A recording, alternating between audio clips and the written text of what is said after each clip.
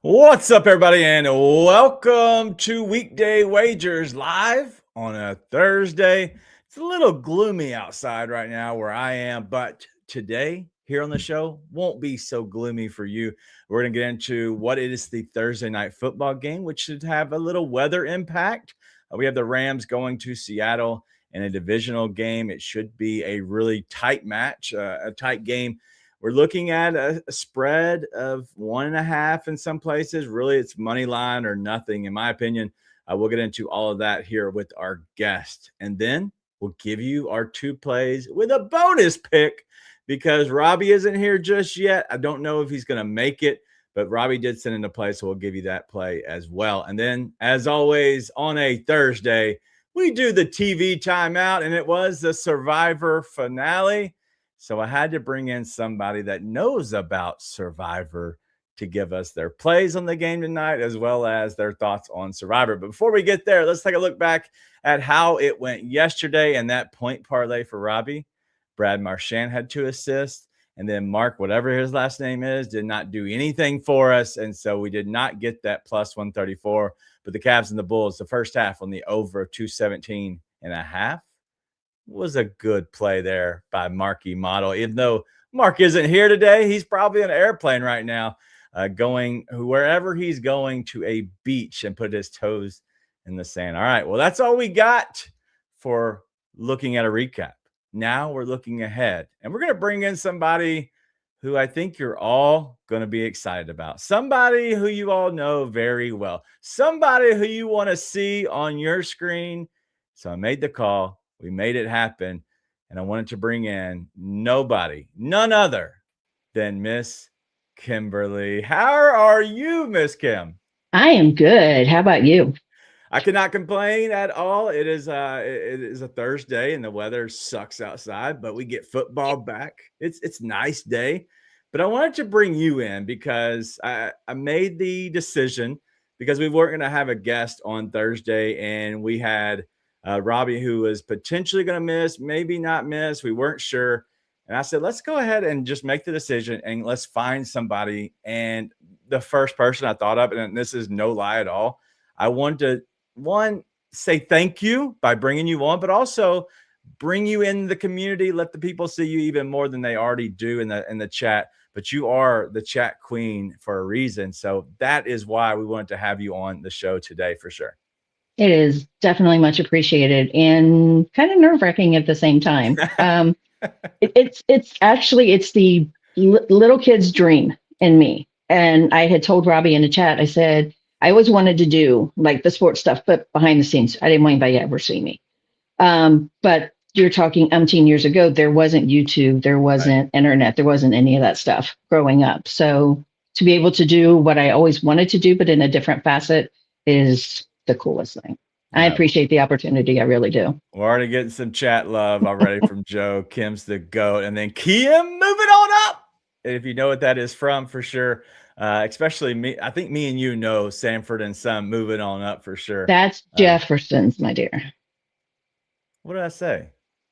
The Sanford and Son. Jefferson's, same people. You know, they were on the same pretty much. Yeah.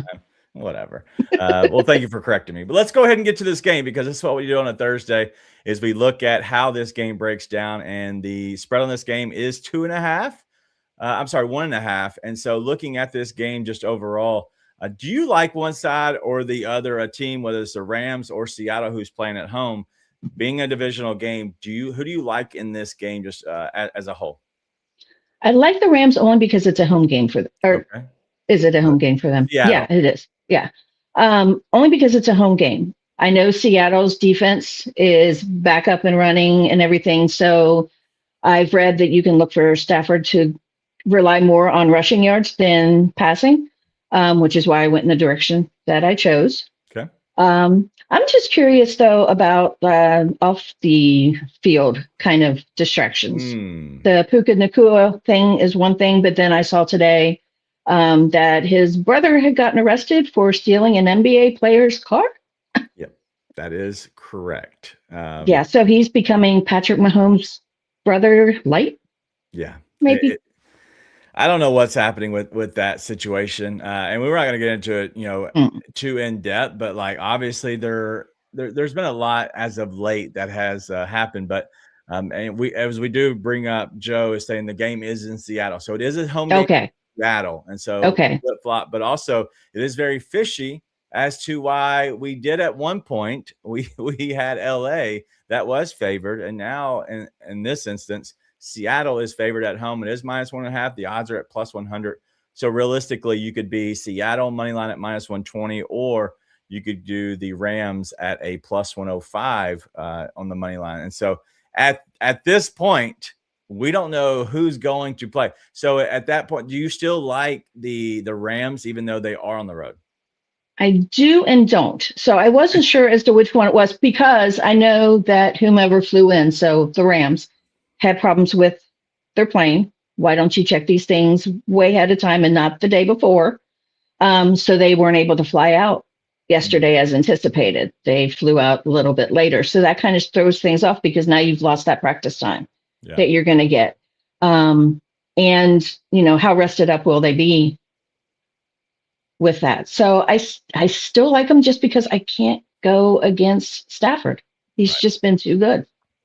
Yeah, he didn't play amazing last time against them, and so that's kind of where people are, I guess, hitching their wagon to a little bit and saying, "Hey, well, when we played Seattle, he went 15 of 28 for 130 yards passing." At that point, do we get that same Stafford, or do we get another guy? Like, do we get a guy who has looked like the MVP all season? But also the weather, that is a big factor in all of this, and I know that was partly probably why the play that you have.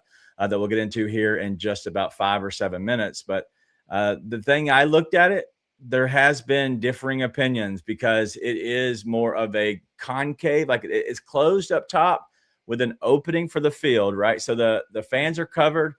How does the wind get in and swirl around? The weather for rain should not be terrible. The temperature should be fine. And so at that point, I'm curious how it actually affects this game. Do you think that plays a big factor in this game? Because there have been big reports that say, hey, it could be nasty weather. Oh, absolutely it can, especially when there's the unknown factor. Right. And, the way people have been getting rain nowadays, it's either little trickles or you're pounded for an hour with 4 or 5 inches of rain. So, you can never know what to expect, especially there in Seattle. Yeah, and Rich brings up a good point. The weather does look bad, so he does like Kyron Williams and Blake Corum for touchdowns. Williams 6 of 7, and then Corum is 3 in a row. So at that point, that has me guessing, because one, I do have Matt Stafford in one of my leagues as my quarterback. I'm curious to I move away from him, even though I had Patrick Mahomes and now he's hurt, so I don't really have a route to go. But in this game, do you trust Matt Stafford to find a way to win, even though they might have to do it on the ground? But also just a sprinkle through there. You still trust Matt Stafford to get this done? I do. Okay. I do, because he's really coming into the season. It's getting down to the wire. There's only this week and 2 more left in the regular season. This is a big deal, because whoever wins this game is now on top of that division. So I think, when it gets later in the season, that's when he shines. So I can see him having a really good game. It may not be from the passing aspect. He may not reach those numbers, but handing it off to players is really going to help. Okay. And speaking of that, Calvo, we'll call him Calvo. Helen's son Calvo is here. He's saying the Seahawks are trash. They almost got beat by Old Man River. And at this point, he thinks the Rams are going to just completely roll over Seattle, because Seattle played such a close game last week. They ended up, getting the win against Indy. Does that play into your thought at this game, or they're just not playing the right football at the right time? Seattle has the 12th man. So that's a big factor to play into it. So they will play a lot differently than they did against Old Man Rivers. All right. Well, let's go ahead and make you completely stand on this. Do you think that the total on this because you've already picked your LA Rams, and I'm on record saying, hey, I do like the Rams as well tonight, even though they're going to be without Devontae Adams. I think that they are one of the best teams, if not the best team in football. Sean McVay is an excellent coach, but the over-under is 42.5. If you look at the model, it has both teams scoring 21 points. So you're talking about 42 right at it. I don't think there's a lot of value on the over or under, in my opinion. But let's go ahead and play along. Do you like the over or the under in this game? I like the over. Okay. So you see I really points. do. Just knowing Stafford, the way that he's played, some of the other players, when it comes to touchdowns and things of that nature, Yeah. I can see it being an over. That score's really low, I think. All right. Well, she is Miss Kim. She is the chat queen for a reason. But we do have our picks on the show. And speaking of another GOAT, we got Seabass. Hey, what's up, everybody? It's your boy Seabass, the only 5-star chef in the game. We all know sports betting is full of bad beats and tough calls, but when it comes to flavor, there's no second guessing. Bassett's Blends is the plus EV lock of every meal. We don't need a stinking model. Crafted with winning spices and bold taste, Bassett's Blends comes in 3 flavors: original, hot, and no salt. That's going to turn chicken, steak, vegetables, any dish into a can't-miss cover every night. With Bassett's Blends, there's no bad beats, no flavor fades, just guaranteed greatness. Check out the link right here where you can pick up your Bassett's Blends for a guaranteed lock every single night.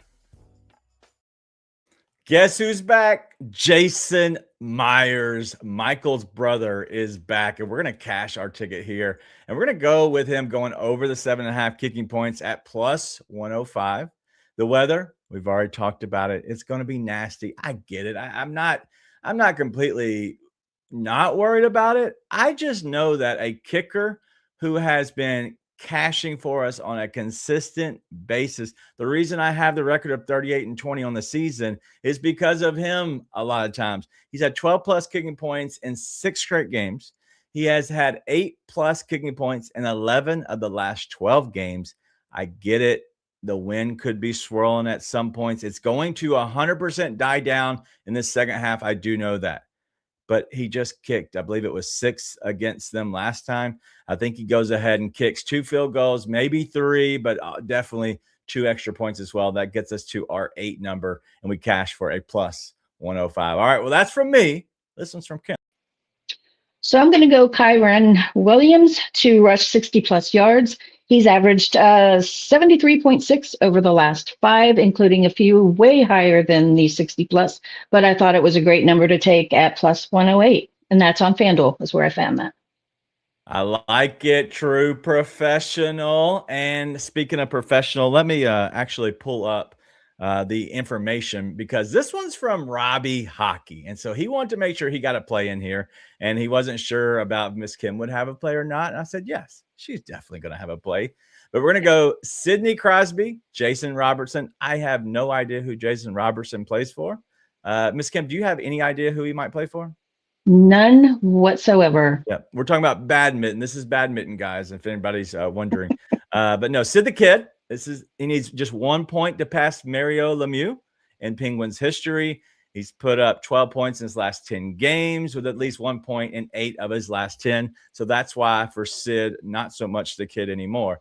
But then Jason Robertson, plays for Dallas. I just see it. 6 goals and 3 assists in the last 10 games. Goal in three straight versus San Jose. He's been amassing. That's a big word from Robbie. Amassing 8 goals, 7 assists in his last 10 against the Sharks. And so that's why he likes 1+ point from Sid, not so much the kid Crosby and Jason Robertson at minus 104. Do you think Robbie would be happy with how I gave those out? I do. Okay. And if not, it's his fault for not being here. The most truest thing I think we've ever heard. But I do have to put you on the spot, because we did give out our picks, but I have a friend that has a dilemma. And I hate doing this to you because it might be a little embarrassing. But Miss Kim, why don't you follow Joe on Twitter? Uh-oh. I don't know. I thought I did. I'm going to fix that. I promise, swear. I don't know. I didn't know that. Well, Color me incredibly embarrassed. I love Joe for sure, but yes, there's probably sometimes you just don't realize who you're actually following. Oh, You're yeah. like, forget you're supposed to be following, but it's at Dude Goods. But why not the entire chat? We all follow each other. We should. Exactly. If you're not following us, then go ahead and follow us now. My name is on the screen as well as Miss Kim's is on here as well. But it's that time because we want to get to Survivor talk because I did see that Sky Juhati, he said Survivor was a banger. But let's go ahead and get to our prime time pay dirt first. And with that, we're going to look at these people because I want to say these are some low odds, especially for the Rams side when we have Kyron Williams as well as Puka Nakua there are plus 125. And then Colby Parkinson, the tight end, is at plus 230. On the other side for Seattle, the lowest odds they have is Jackson Smith and Jigba, which is at plus 125. But they don't really know who's going to score. If it's going to be Charbonnet or if it's Kenneth Walker. I chose Kenneth Walker just because he's from Memphis, Tennessee. So why not put him up here at plus 190? And then A.J. Barner, the tight end, opposite of Colby Parkinson. He wants plus 275. So, Miss Kim, I'm going to ask you and put you on the spot first. Of course. Who do you like to get into the pay dirt tonight?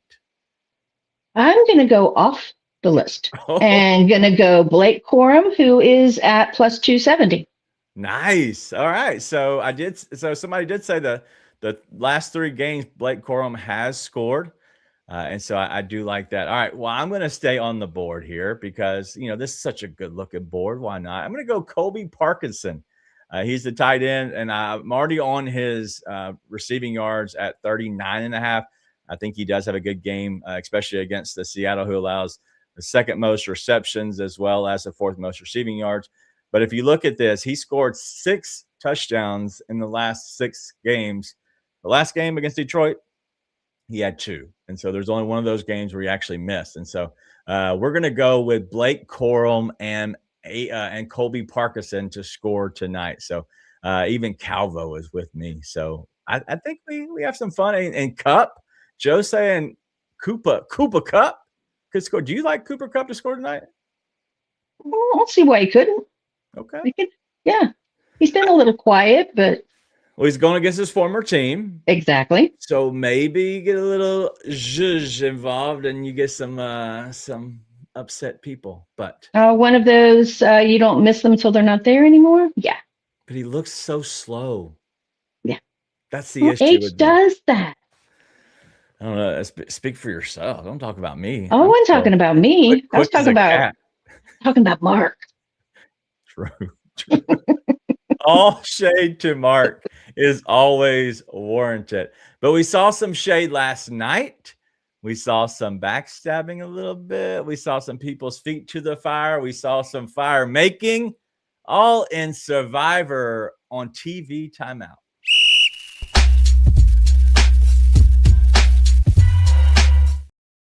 I love that one. All right. So last night, if you have not watched, because I think it was 2 hours or so last night in our TV Timeout for Survivor, I thought it was an excellent show top to bottom. What say you? I agree. And I was grateful that the president did not lag on and only went a little over 20 minutes. So that was a good thing. So it didn't, end at, 1 o'clock in the morning. Right. I really liked it. I really did. I just missed some of the old, some of the older games that they used to play and the things that they would do on the last, on those last couple of days, because I felt there wasn't as much reflection and things as normally there is. They've just, I don't know, they've gotten kind of soft, in my opinion. So you liked when they take a look back on the reflection on how the season went. You like the last episode where it sets it up for that. I do, just because, it's a good reminder for, us that watch the show. We watch it every week. It's not like we binged the entire thing the night, right. The night of the finale. So it gives us kind of a recap because, you see people's faces. It's like, oh, I remember he was there. Oh, that's right. That's who she was. Because there were, for me at least, there were a lot of similarities in people that kind of threw me off. You had Steven and you had the Riz God. That they weren't the same people, but there were different things about them that were, alike. Same way with I don't want to say Sophie and Soph because it wasn't. It was Savannah and somebody else that I saw a lot of similarities, and it kind of would throw me off. And it may have been Sage, because Sage, there's that just different similarities that kind of threw me off. Plus, they didn't focus on everybody all the time. There were certain ones that they hung with all the time, and then when they get to the merge, it's like you forget that certain people were on the island to begin with. Well, what I'll say is I fast forward through all of that in this episode because I won't say it annoys me. I'm just like, I get it. I watched it and I remembered it. I don't really need to go down memory lane at this point, especially if I was crunched for time in this one. Normally I will watch it, but like if I had the option, I would fast forward through it every single time. And so at that point, I complete opposite of you. You can throw that stuff in the trash. Let's get to the good stuff. But I get it. I know slowing down would probably be a good thing for me in life, but I don't have time to slow down right now. And so if I can fast forward the reflection time, memory lane, I'm definitely going to do it. But I do want to ask this because we did have Riz go out in the finale. He lost to Savannah at Making Fire, which Riz, oh my God, dude, like just completely killed himself and his fire every second, every possible chance he could do. He just smothered it, blew it out. It didn't make sense. But then Riz, this is what Scotty says, because I complete opposite. Thank you. Man for getting his I guess his torch snuffed, and then making or asking Jeff if he would oblige to call him Riz God instead. I thought it was cringeworthy. It was that last cringe factor before the finale. I couldn't believe that he just completely like busted. And of course, Savannah is Savannah. She, she doesn't miss on a lot of things. Yeah, I agree. And so we'll go ahead and we allowed people enough time to turn off the show if they didn't want to have this thing spoiled. But in the end, as I predicted the very first time we did this, I said the number one person I want is Savannah. I don't care. Yep, I remember. Savannah's going to win. Savannah ended up winning. It's not because the reasons I thought she would be good with the people, which she was the opposite because she was put on the spot by Miss Christina. And she did not know any family members' names, but she was a comp beast. And she literally had Riz God under her finger the whole time, and they kind of went together as a duo. But yes, she ended up winning the whole thing. What do you think that was a good winner just overall? I do. And I liked the fact too, that the votes were sprinkled out. It wasn't one person getting every vote. Sage got one, Sophie got one, it was nice to see something different, or Sophie got a couple actually. So it was good to see the votes sprinkled out a little bit. I thought Riz kind of crashed and burned after Sophie won that final challenge. Okay. And was in that give up mode, because you even heard him during that last challenge saying, why didn't I learn to do puzzles before coming on Survivor? Right. And that was always the thing that got him down. He's always having to look off of somebody else's paper, which makes you wonder how he got through school. But he seemed really defeated. And Savannah was Savannah. She was just as cocky, because that's how I look at her, as she had been from day one. She turned me off a little bit at some point because she was feeling herself, and she was definitely, she was definitely cocky. And a lot of it is, confidence in herself, but also just thinking that her S don't stink. And that's fine. I'm okay with a big case of cocky and confidence. I'm okay with that as long as you understand, a little self-reflection, and you understand and see yourself for who you are. It's okay to be like that sometimes. She got a little full of herself, and maybe that's how she was portrayed in the show. I'm not exactly sure. But I think without the entire show, I think we saw that she was definitely a B throughout the show. Oh, without I think that's how she is in real life, which is okay. That's probably got her where she is or was, and now she's a millionaire, which is awesome. But I'm happy that they didn't hold any of that against her, because she did a lot of bad things throughout the entire show to make sure the right people went home. But in the end of the day, I don't think she's anything, bad or morally wrong. I just think she played the game. So I was happy just overall with her winning, and the jury was not like a bitter jury, because that happens a lot. Oh yeah, it does. And they could have been incredibly. Yeah. And Christina, she should have gone sooner than she did, but I didn't understand why she wasn't taken out a little bit earlier. She's not that much of a threat on anything. Well, that's why. Yeah. Well, yes and no, but I don't think she really did anything to contribute to the game. She was just kind of there, floating along, riding on everybody's coattails. Right. All right. Well, speaking of that, somebody that, Christina said the exact same thing, in the tribal.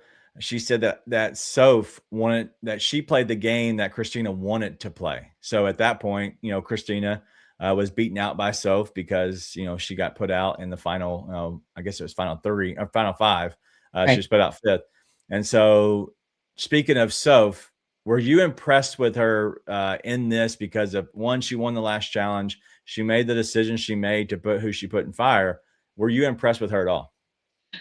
At the very end, but she was doing everything. She talked about how in the previous episode that, she was going to do whatever it took for her game, but she didn't. Instead, she tried to call out, what Steven had already given up versus, taking Riz's idol.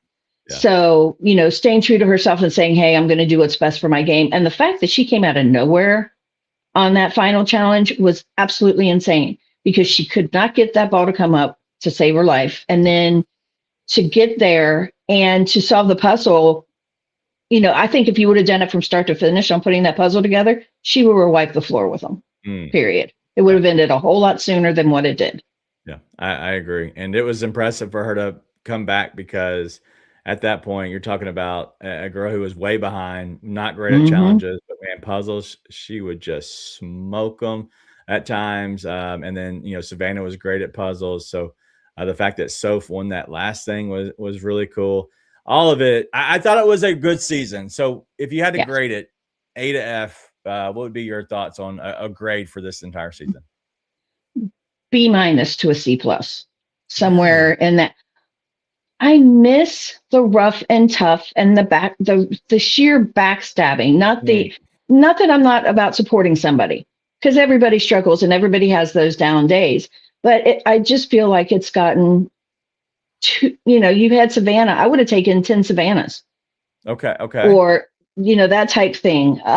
Just you kind of missed those, just those people that were willing to stab back, or you acted one way, but you came across another and somebody else, was spilling or getting the blood on their hands for it instead of that person. Or there were too many kumbaya moments. And that's not what Survivor's about. It's just not.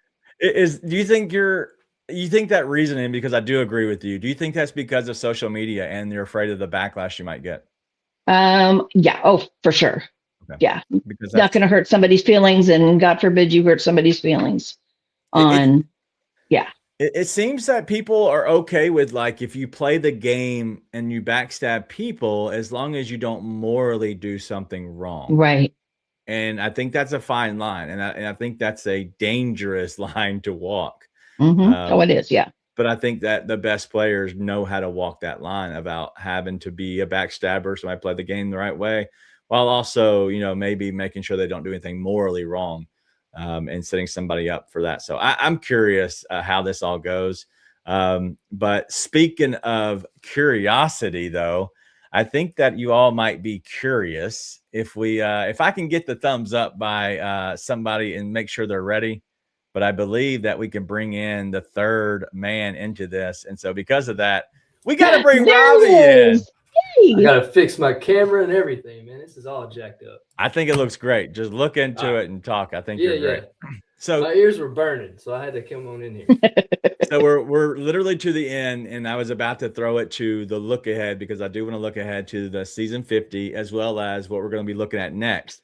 But I got to get you spill the tea. What's your thoughts on Survivor 49? Because I thought it was a great season, top to bottom.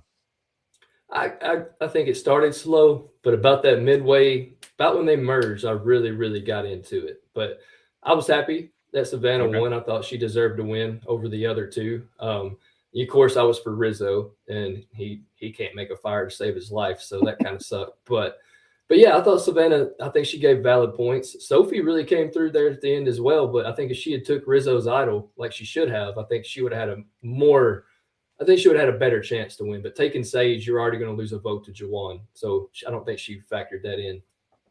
Right. Well, your take on Riz God, just asking Jeff to please call him Riz God as he snuffs his torch. Oh, I loved it, man. Shoot your shot. I mean, I loved it. I'm happy he actually did it too, because Jeff can be kind of fickle when it comes to that stuff. So I was actually happy he actually did it. Well, I just don't want any more Uncle Jeffs. Please. No. Oh my God. Yeah, I don't want that. Why is that? I don't want No clue. cringing either. Like Sage was so cringeworthy at the end. It's like, oh my God, you played a game. Get over it. Like, right. I don't know what her deal was at the end. No, I don't either. Yeah, and I think she was getting her emotions. And honestly, you're in that moment. Sometimes it floods you at times, and you don't realize like what it's because your emotions get the best of you. I get that completely. And maybe she just got caught by having the emotions that probably somebody who normally doesn't have emotions. She seems to be the person on the outside who is very, I would say strategic, because yes, in life you can be, but I think emotionless. I think she's just somebody who's like, does what she does for a reason, does it and moves on.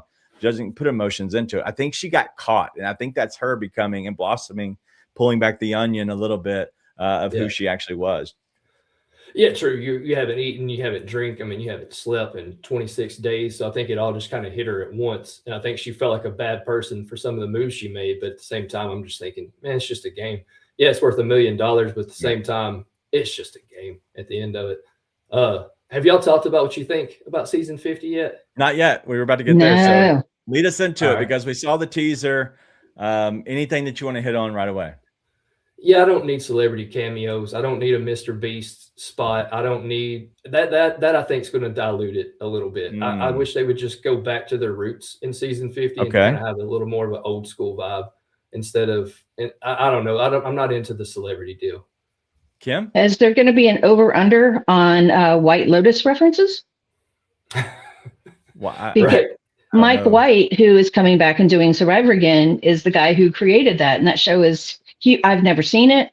I see it all the time on my streaming networks. I think it's an HBO. Is that right? It is. But it's a fun show.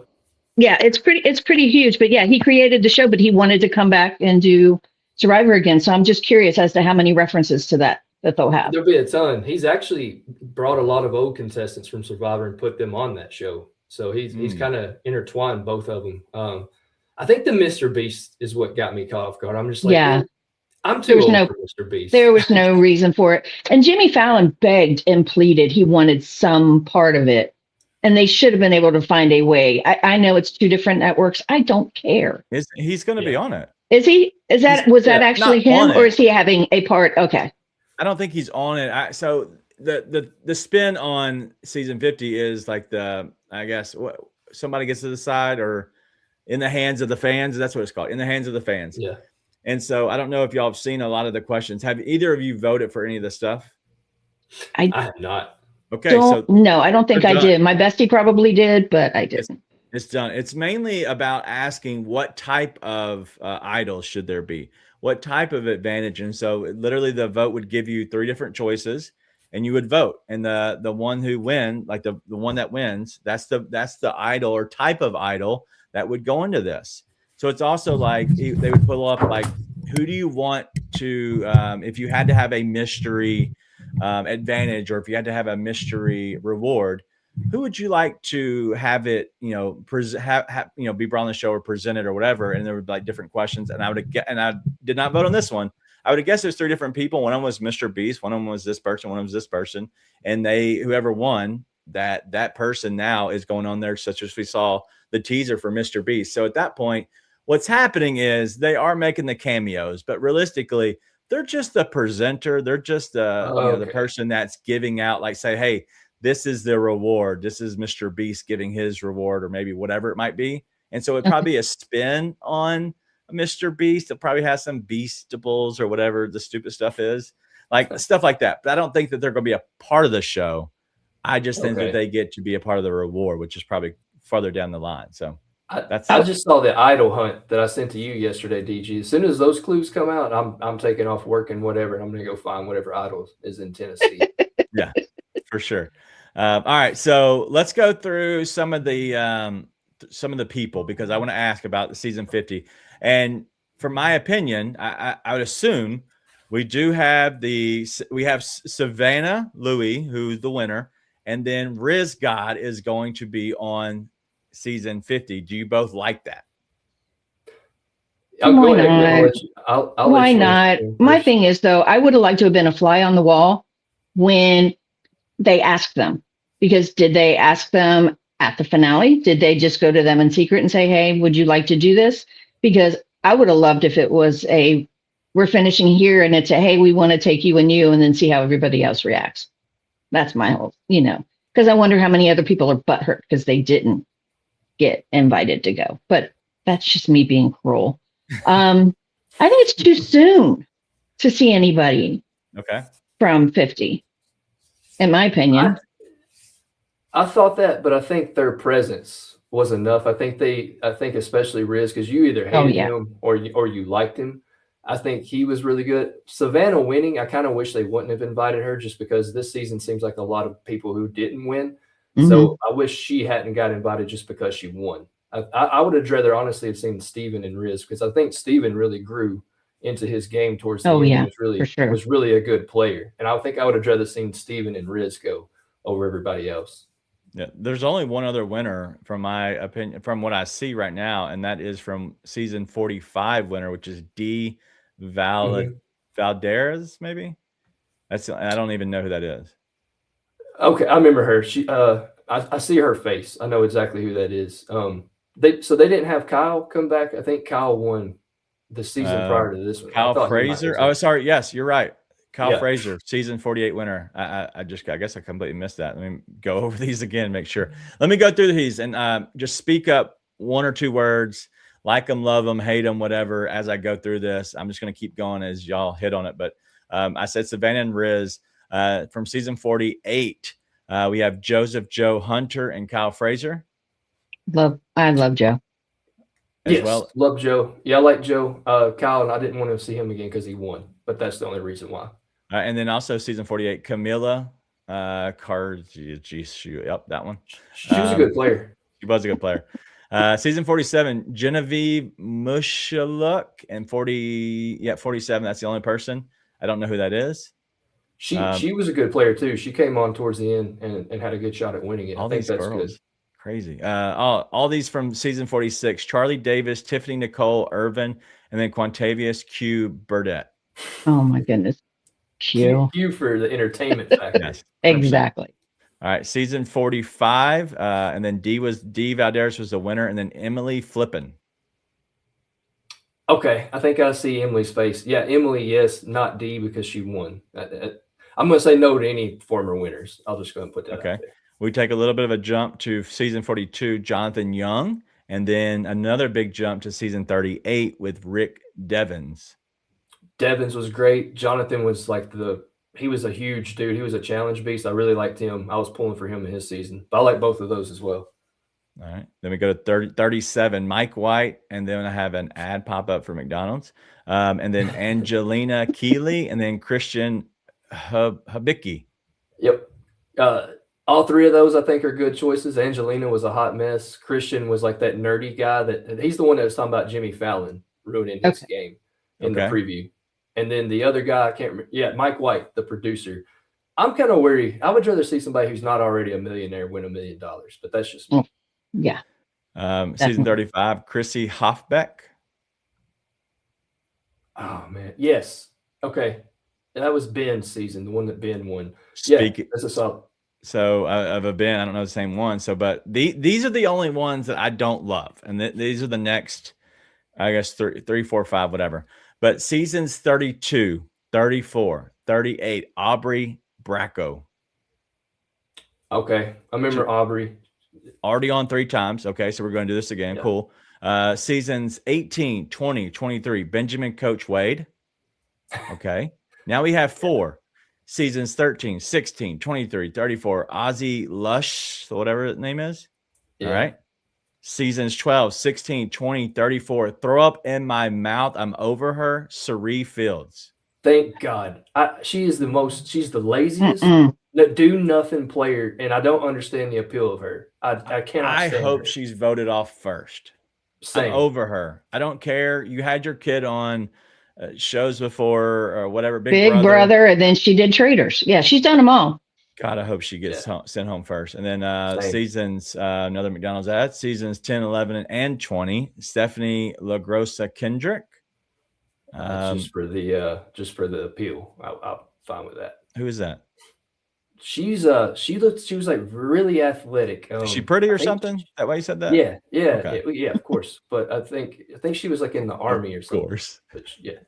Stephanie, I don't know who that is. And I know the main one I do know, and I'll save him for last, but from season 1 and 8, Jenna Lewis Daughtry. We know who that is, right? Yeah. Mm-hmm. Yeah. I don't know if I do. So this is just me just talking. Probably my favorite of all time, seasons 2, 8, and 20, Colby Donaldson. Colby. Yeah. He's the OG, right? He's an OG. I hope he has a better performance than the last one, because he was bad. They kept making fun of him because he was so bad at challenges there towards the end. Yeah. Well, he threw his age out into it. I'm just so old. I shouldn't be doing this. I'm so old that. And it's like, just do it. Yeah. This is definitely probably the last time he'll be brought on. All right. Yeah. I think we look at Survivor one. We've been talking about it way too long. We've talked about Survivor more than anything else, but it's a finale. Who cares? But just wanted to have Miss Kim on, and then Robbie showing up only made this even better. But I think Survivor as a whole was good. If you had to give it a grade, Miss Kim, what was your grade? Was it B? B minus, C plus in that range.